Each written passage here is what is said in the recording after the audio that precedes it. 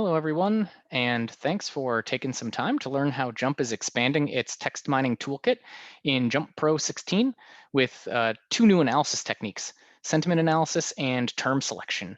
I'm Ross Matusalam, a JMP systems engineer in the southeastern US, and I'm going to give you a sneak preview of these two new analyses, explain a little bit about how they work, and provide some best practices for using them.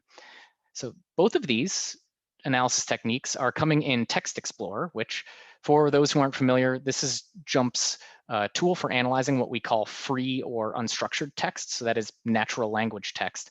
And it's what we call a text mining tool. So that is a tool for deriving quantitative information from free text so that we can use other types of statistical or analytical tools to derive insights from the free text, or maybe even use that text as inputs to other analyses. So let's take a look at these two new text mining techniques that are coming to Text Explorer in JMP Pro 16, and we'll start with sentiment analysis. Sentiment analysis, at its core, answers the question, how emotionally positive or negative is a text? And we're going to perform a sentiment analysis on the Beige Book, which is a recurring report from the US Federal Reserve Bank. Now, apologies for using a United States example at JMP Discovery Europe, but the Beige Book does provide a nice demonstration of what sentiment analysis is all about. So this is a monthly publication. It contains national level report as well as 12 district level reports that summarize economic conditions in those districts. And all of these are based on qualitative information, things like interviews and surveys. And US policymakers can use the qualitative information in the Beige Book along with quantitative information in traditional economic indicators to drive economic policy. So you might think, well, we're talking about sentiment or emotion right now. I don't know that I expect economic reports to contain much emotion, but the Beige Book reports and much language does actually contain words that can carry or convey emotion. So let's take a look at an excerpt from one report. Here's a screenshot straight out of the new sentiment analysis platform. You'll notice some words highlighted, and these are what we'll call sentiment terms. That is, terms that we would argue have some emotional content to them. For example, at the top, computer sales, on the other hand, have been severely depressed, where severely depressed is highlighted in purple, indicating that we consider that to convey negative emotion, which it seems to. If somebody describes computer sales as severely depressed, it sounds like they mean for us to interpret that as certainly a bad thing. If we look down, we see in orange a couple positive sentiment terms highlighted, like improve or favorable. So we can look for words that we believe have positive or negative emotional connotation to them to assess how positive or negative a particular document is.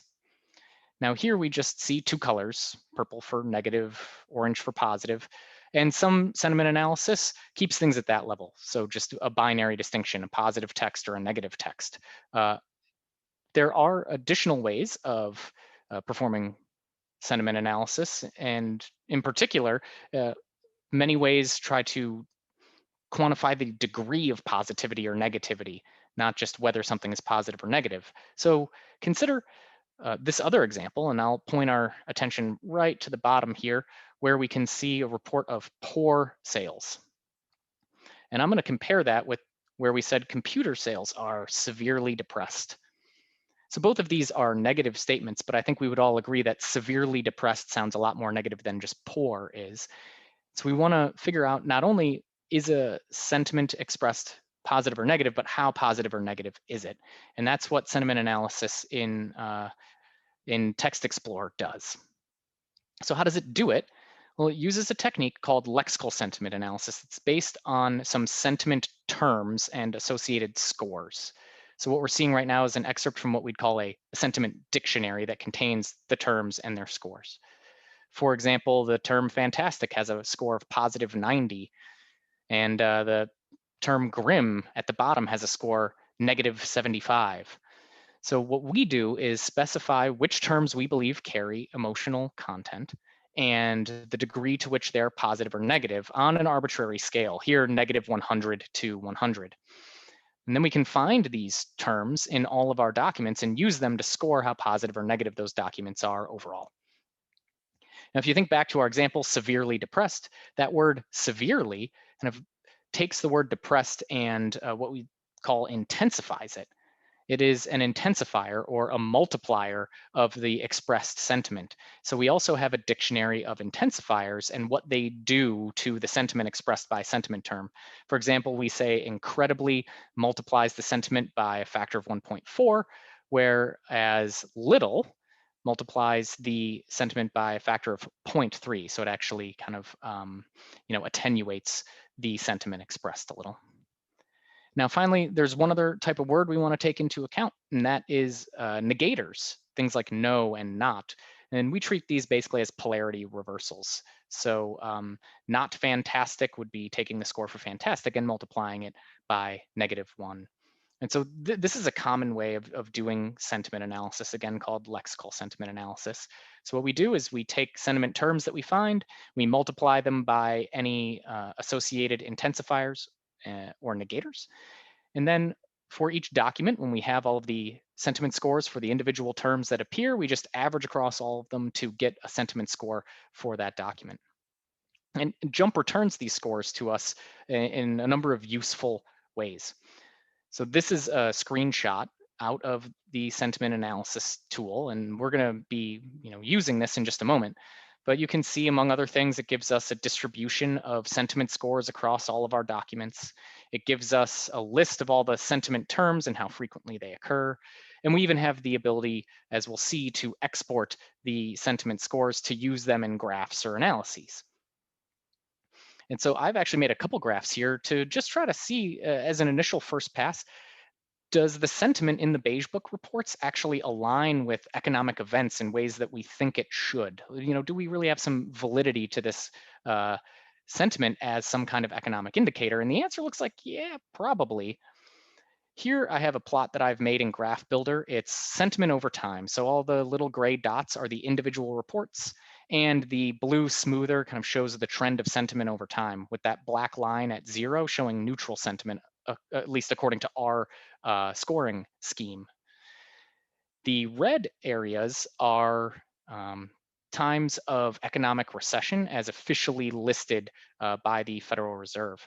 So you might notice sentiment seems to bottom out, or there are troughs around recessions. But another thing you might notice is that actually preceding each recession, we see a drop in sentiment, either months or in some cases, looks like even a couple years in advance.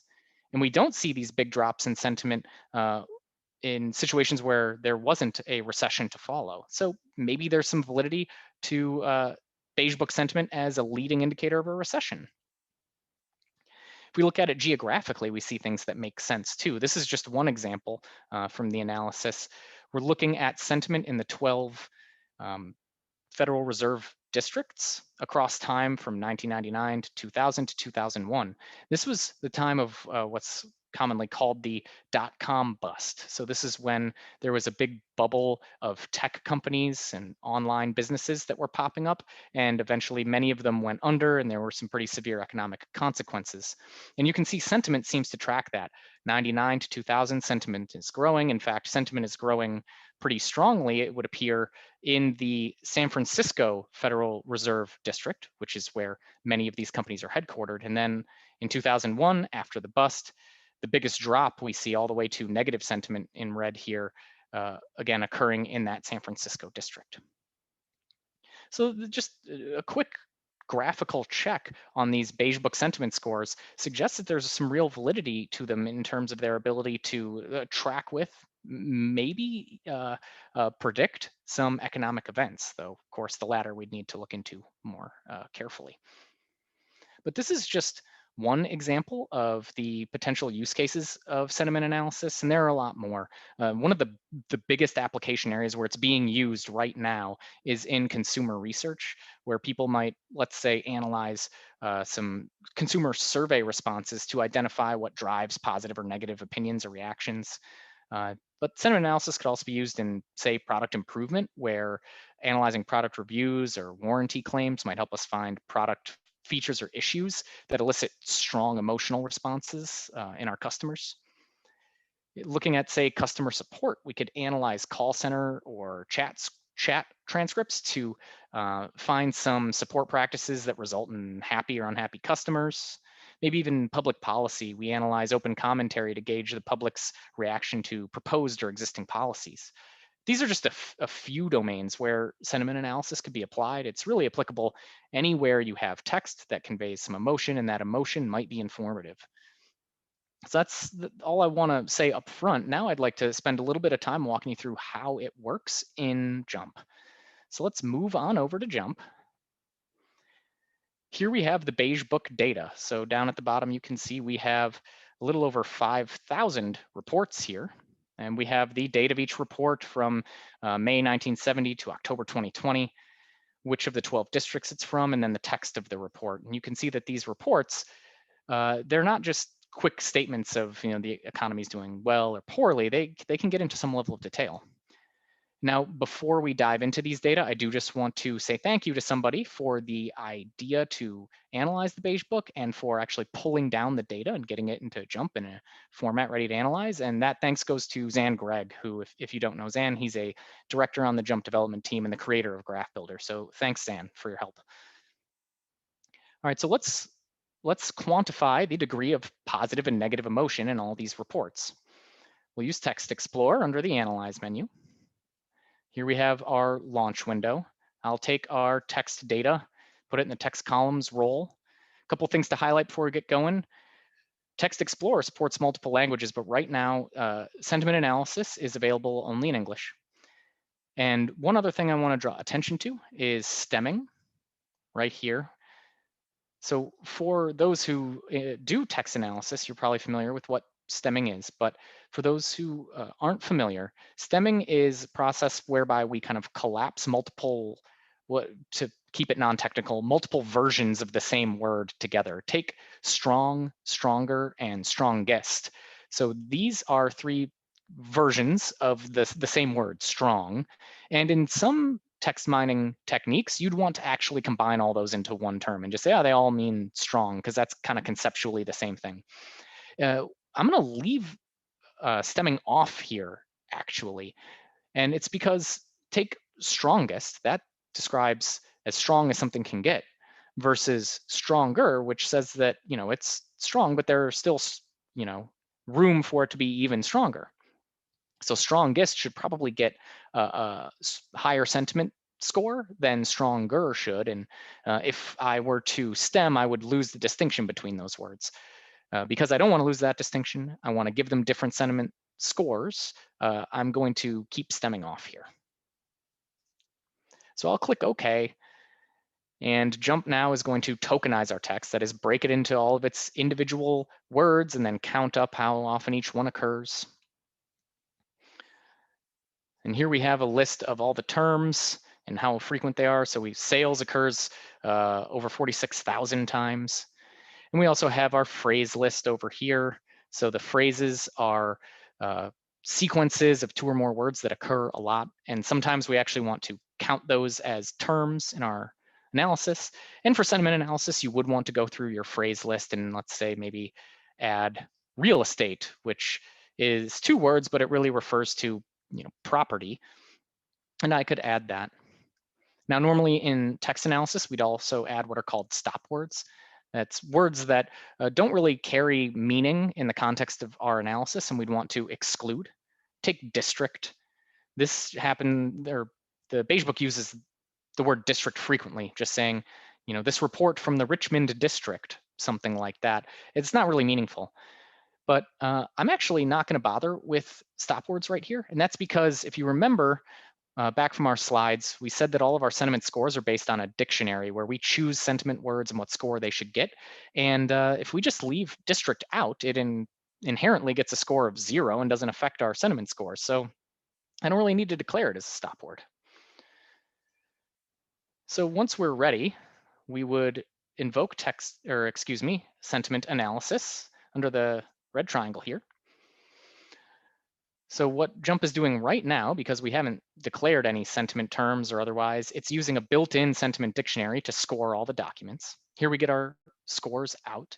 Now, before navigating these results, we probably should customize our sentiment dictionary. So the the sentiment-bearing words and their scores. And that's because in different domains, maybe with different people generating the text, certain words are going to bear different levels of sentiment or bear sentiment in one case and not another. So we want to kind of really pretty carefully and thoroughly create a sentiment dictionary that we feel accurately captures sentiment as it's conveyed by the language we're analyzing right now. So JMP, like I said, uses a built-in dictionary, and it's pretty sparse. So you can see it right here. It has some emoticons, like these little smileys and whatnot, but then we have some pretty clear sentiment-bearing language like abysmal at -90. You know, it's probably not the case that somebody's going to use the word abysmal and not mean it in a negative sense. So we feel pretty good about that. But, you know, it's not a terribly long list, and we may want to add some terms to it. So let's see how we do that. And one thing I can recommend is just looking at your data. You know, read some of the documents that you have and try to find some words that you think might be indicative of sentiment. We actually have down here a tool that lets us peruse our documents and directly add sentiment terms from them. So here I have a document list. You can see document 1 is highlighted and then document 1 is displayed below. I could select different documents to view them. Now, if we look at document 1 right off the bat, you might notice a couple potential sentiment terms like pessimism and optimism. Now, you can see these aren't highlighted. These actually aren't included in the standard sentiment dictionary. And a lot of nouns you'll find actually aren't. And that's because nouns like pessimism or optimism can be described in ways that suggest their presence or their absence, basically. So I could say, you know, pessimism is declining, or there's a distinct lack of pessimism. Pessimism is no longer reported. And in those cases, we wouldn't say pessimism is a negative thing. So you want to be careful and think about words in context and how they're actually used before adding them to a sentiment dictionary. For example, I could go back up to our term list here. I'm just going to show the filter, look for pessimism, and then show the text to have a look at how it's used. And we can see this first example, the mood of our directors varies from pessimism to optimism. In the next one, private conversations, a deep mood of pessimism. And if you actually read through, this is the typical use. So actually in the beige book, they don't seem to use the word pessimism in the ways that I might fear. You know, there's a lack of pessimism or pessimism is declining. They typically just use the word optimism. Optimism is increasing. So I actually feel okay about adding pessimism here. So let's add it to our sentiment dictionary. So if I just hover right over it, you can see we bring up some options of what to do with it.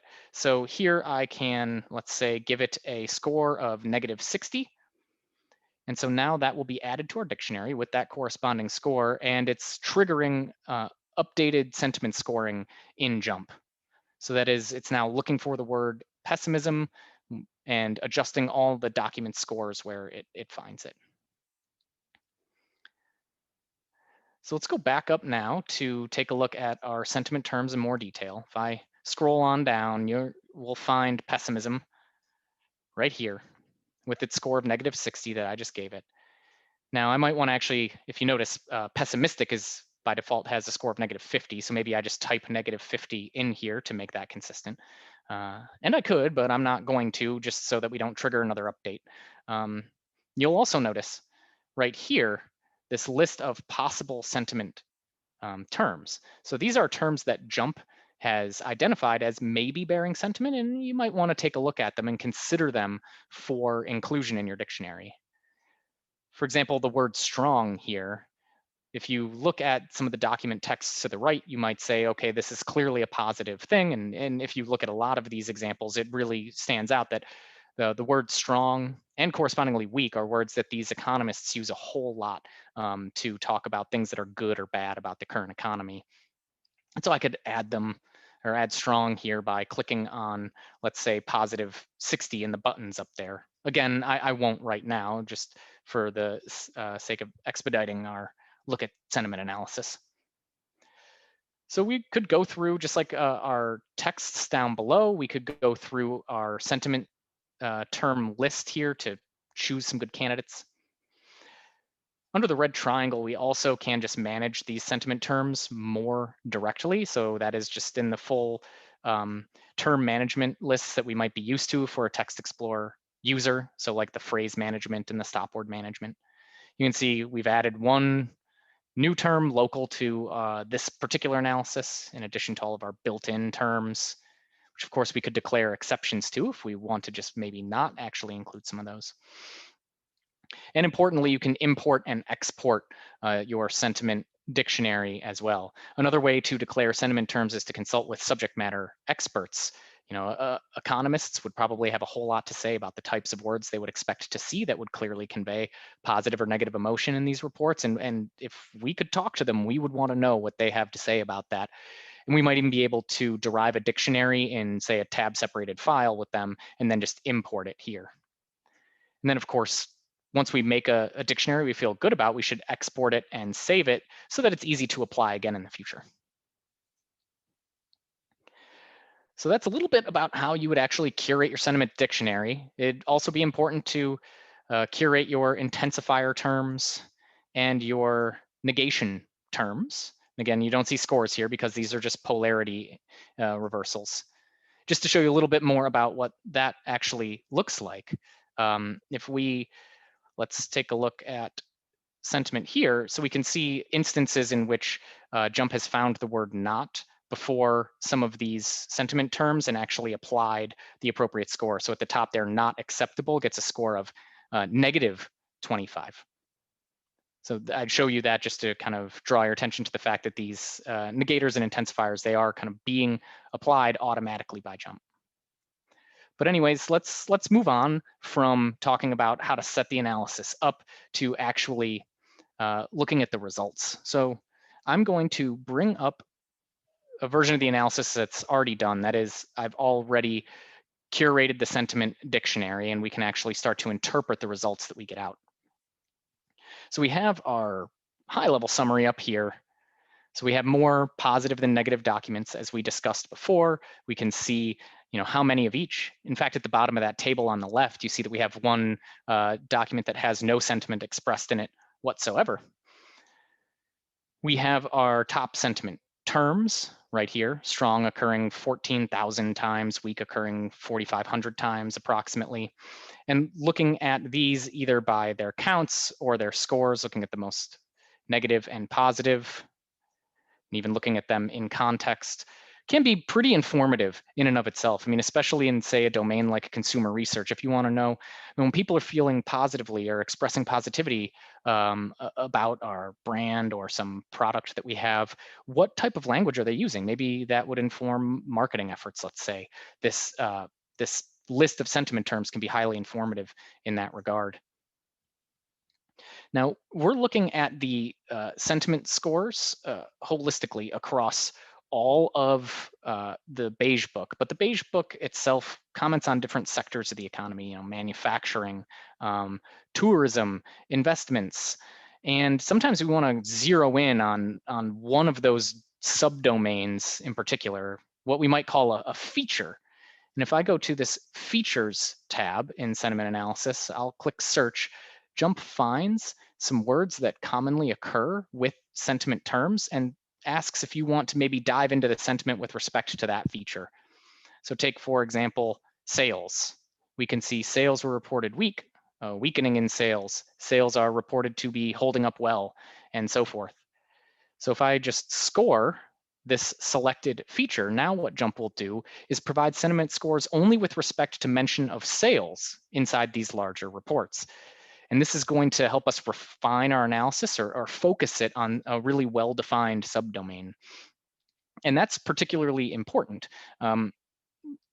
It could be the case that the domain in the language that we're analyzing isn't so well restricted. Take, for example, product reviews. You're interested in how positive or negative people feel about the product, but they might also talk about, say, the shipping, and you don't necessarily care if they weren't too happy with the shipping, mainly because it's beyond your control. You wouldn't want to just include a bunch of reviews that also comment on that shipping. And so it's important to consider the domain of analysis and restrict it appropriately. And the feature finder here is one way of doing that. So you can see now that I've scored on sales, we have a very different distribution of positive and negative documents. We have more documents that don't have a sentiment score because they presumably don't talk about sales or don't use emotional language to discuss it. And we have a different list of sentiment terms now capturing sales in particular. So let me remove this.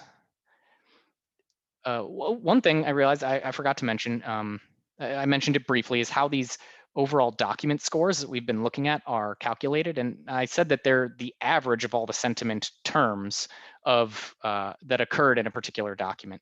So let's look at document 1. I just would like to show you that if you're ever wondering, where does this score come from? Let's say -20, you can just run your mouse right over it and it'll show you a list of all the sentiment terms that appeared. And you can see here we have 16 of them, including all the way at the bottom, real bright spot, which was a +78. And then if you add all those scores up, divide by 78, or divide by 16, excuse me, then you get an average sentiment of -20. And this is one of two ways to provide overall scores. Another one is a min-max scoring, so differences between minimum and maximum sentiments expressed in the text. Now, we can get a lot of information from looking at just this report. Obviously, sentiment scores, the most common terms, but oftentimes we want to take the sentiments and use them in some other way, like look at them graphically like we did back in the slides. So when it comes time for that part of your analysis, just head on up to the red triangle here and save the document scores. And these will save those scores back to your data table so that you can enter them into further analyses or graph them, whatever it is you want to do. So that's a sneak preview of sentiment analysis coming to Text Explorer and Jump Pro 16. The take-home idea is that sentiment analysis uses a sentiment dictionary that you set up to provide scores corresponding to the positive or negative emotional content of each document. And then from there, you can use that information in any way that's informative to you. So we'll leave sentiment analysis behind now, and I'm going to move on back to our slides to talk about the other technique coming to Text Explorer soon, and that is term selection, where term selection answers a different question, and that is, which terms are most strongly associated with some important variable or variable that I care about? We're going to stick with the beige book. We're going to ask which words are statistically associated with recessions. So in the graph here, we have over time the percent change GDP, gross domestic product, quarter by quarter, where blue shows economic growth, red shows economic contraction. And we might wonder, well, what terms as they appear in the beige book might be statistically associated with these periods of economic downturn, for example, a few of them right here. And now, why would we want to associate specific terms in the beige book with periods of economic downturn? Well, it could potentially be informative in and of itself to obtain a list of terms. I might find some potentially, subtle drivers of or effects of recessions that I might not be aware of or easily capture in quantitative data. I might also find some words for further analysis. I might find some potential sentiment terms, some terms that are being used when the economy is doing particularly poorly that I missed my first time around when I was doing my sentiment analysis. Or maybe I could find some words that are so strongly associated with recessions that I think I might be able to use them in a predictive model to try to figure out when recessions might happen in the future. So there are a few different reasons why we might want to know which words are most strongly associated with recessions. So how does this work in JUMP? Well, we basically build a regression model where the outcome variable is that variable we care about, recessions, and the inputs are all the different words. The data as entered into the model takes the form of a document term matrix where each row corresponds to one document or one beige book report, and then the columns capture the words that occur in that report. Here we have the column week highlighted, and it says binary, which means that It's going to contain ones and zeros. A 1 indicates that that report contained the word week, and a 0 indicates that that report didn't contain the word week. And this is one of several ways we could kind of score the documents, but we'll stick with this binary for now. So we take this information and we enter it into a regression model. So here's what the launch would look like. We have our recession as our y variable, and that's just kind of a yes or no variable. And then we have all of these binary term predictors entered in as our model effects. And then we're going to use JumpPro's generalized regression tool in order to build the model. And that's because generalized regression, or GenReg as we call it, includes automatic variable selection techniques. So if you're familiar with regularized regression, we're talking like the lasso or the elastic net. And if you don't know what that means, that's totally fine. The idea is that it will automatically find which terms are most strongly associated with the outcome variable recession, and then ones that it doesn't think are associated with it, it will zero those out. And this allows us to look at relationships between recession and perhaps, hundreds, thousands of possible words that would be associated with them. So what do we get when we run the analysis? We get a model out. So what we have here is the equation for that model. Don't worry about it too much. The idea is that we say the log odds of recession, so just it's a function of the probability that we're in a recession and when the beige book is issued, is a function of all the different words that might occur in the beige book report. And you can see we have, the effect of the occurrence of the word pandemic with a coefficient of 1.94. That just means that the log odds of a recession go up by 1.94 if the beige book report mentions the word pandemic. Then we see minus 1.02 times gain. Well, that means if the beige book report mentions the word gain, then the probability of recession or the log odds of recession drops by 1.02.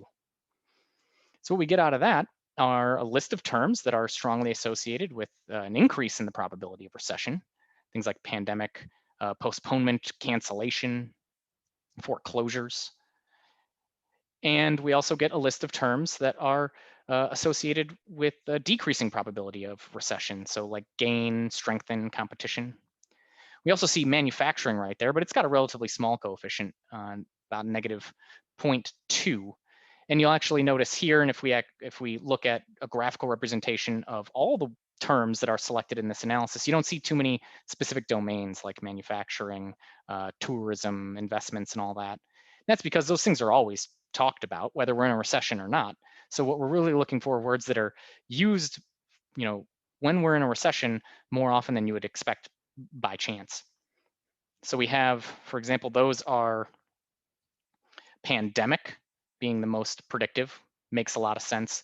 We're not talking about pandemics at all until pretty recently, and then we've also experienced a recession recently, so we've picked up on that pretty clearly. But then we have a few others in this kind of second tier. So that's postpone, cancel, foreclose, deteriorate, pessimistic.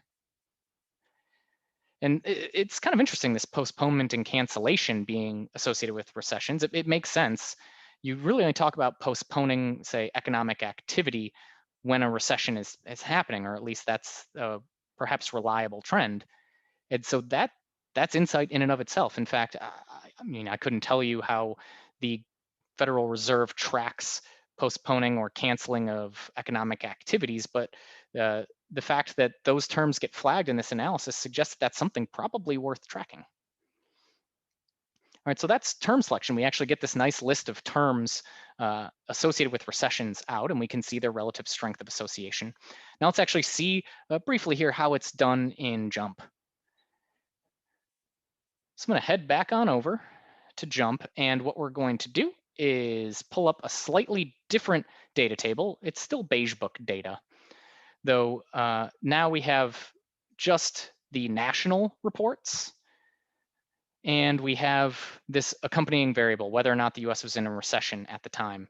And of course, there's some autocorrelation in these data. I mean, if we're in a recession last month, it's more likely we're going to be in a recession this month than if we weren't. And that typically could be an issue for regression-based analyses, but this is purely exploratory. We're not too concerned with it. So I'm going to just pull Text Explorer up from a table script just because we've kind of seen how it's launched before. Note, though, that I've done some phrasing already, as we did before. I've also added some stop words that you can't see here, but words that I don't want them necessarily returned by this analysis. And I've turned on stemming, which is what those little dots in the term list mean. For example, this for increase now is actually collapsing across increases, increasing, increasingly. And that's because now I kind of consider those all the same concept. And I just want to know if, that concept is associated with recessions. So to invoke term selection, we'll just go to the red triangle, and I'll select it here. We get a control window popping up first, or I should say section, where we select which variable we care about, that's recessions. Select the target level, so I want this to be in terms of the probability of recession as opposed to the probability of no recession. I can specify some model settings. If you're familiar with GenReg, you'll see that you can choose whether you want early stopping, whether you want one of two different penalizations to perform variable selection, what statistic you want to perform validation. And if that stuff is new to you, don't worry about it too much. The default settings are a good way to go at first. We have our weighting. If you remember, we had the ones and zeros in that column for week, just saying whether the word occurred in a document or not, but you can select what you want. So for example, frequency is just not, did week occur or not? It's how many times did it occur? And this kind of affects the way you would interpret your results. We're going to stick with binary for now. But I am going to say, I want to check out the 1,000 most frequent terms instead of the 400 by default, which you can see, that's a lot more than 436. And normally you can't fit a model with 1,000 X's, but only 436 observations. But thanks to the automatic variable selection and generalized regression, this isn't a problem. So once again, it selects which of these 1,000 terms are most strongly related, hence the name term selection. So I'm going to run this. You can see what has happened is JMP has called out to the generalized regression platform and returned these results, where up here we see some information about the model as it was fit. For example, we have 37 terms that were returned. Let me just move that over, because over here on the right is where we find some really valuable information. This is the list of terms most strongly associated with recession. Now I'll sort these by the coefficient to find those most strongly associated with the probability of recession. So once again, that's pandemic, postponement, cancellations. And as you might expect at this point, if I click on one of these, it'll update these previews or these text snippets down below so we can actually see this word in context. So this list of terms in itself could be incredibly valuable. You might learn some things about specific terms or concepts that are important that you might not have known of before. You can also use these terms in predictive models. Now, a few other things to note. You can see down here, we have, once again, a table by each individual document. But instead of sentiment scores, we now have basically scores from the model. We have for each one the what we call the positive contribution. So this is the contribution of positive coefficients predicting the probability of recession. Here we have the ones on the negative end. And then we even have the probability of recession from the model, 71.8% here, and then what we actually observed. Now, we're not building a predictive model here necessarily. That is, I'm not going to use this model to try to predict recessions. I mean, I have all kinds of economic indicator variables I would use too, but this is a good way to basically sanity check your model. Does it look like it's getting some of its predictions right? Because if it's not, then you might not trust the terms that it returns. You also have plenty of other information to try to make that judgment. I mean, we have some fit statistics, like the area under the curve up here, or we can even go into the generalized regression platform with all of its normal options for assessing your model there further as well. I'm not going to get into the details there, but all of that is available to you so that you can assess your model, tweak your model how you like to make sure you have a list of terms that you feel good about. Now you see right here, we have this under the summary, this list of models, and that's because you might actually want to run multiple models. So if I go back to the model, if we go back to our settings up here, I could actually run a slightly different model. Maybe, for example, I know that the BIC is a little more conservative than the AIC, and I want to return fewer terms. Maybe you did an analysis that returned 900 terms and you're a little overwhelmed. So I'll click Run and build another model using that instead. And now we have that model added to our list here, and I can switch between these models to see the results for each one. In this case, we've returned only 14 terms instead of 37, and I would go down to assess them below. So two big outputs that you would get from this, of course, is this term list. If you want to save that out, these are just important terms to you and you want to keep track of them, just right click and make this into a data table.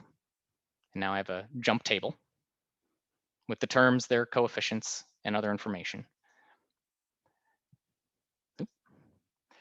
And if what you want to do is actually kind of write this back to your original data table, maybe so that you can use the information in some other kind of analysis or predictive model, just head up to term selection and say that you want to save the term scores as a document term matrix, which if I bring our data table back here, you can see I've now written to their columns for each of these terms that have been selected, in this case filled in with their coefficient values. And now I can use this quantitative information however I like.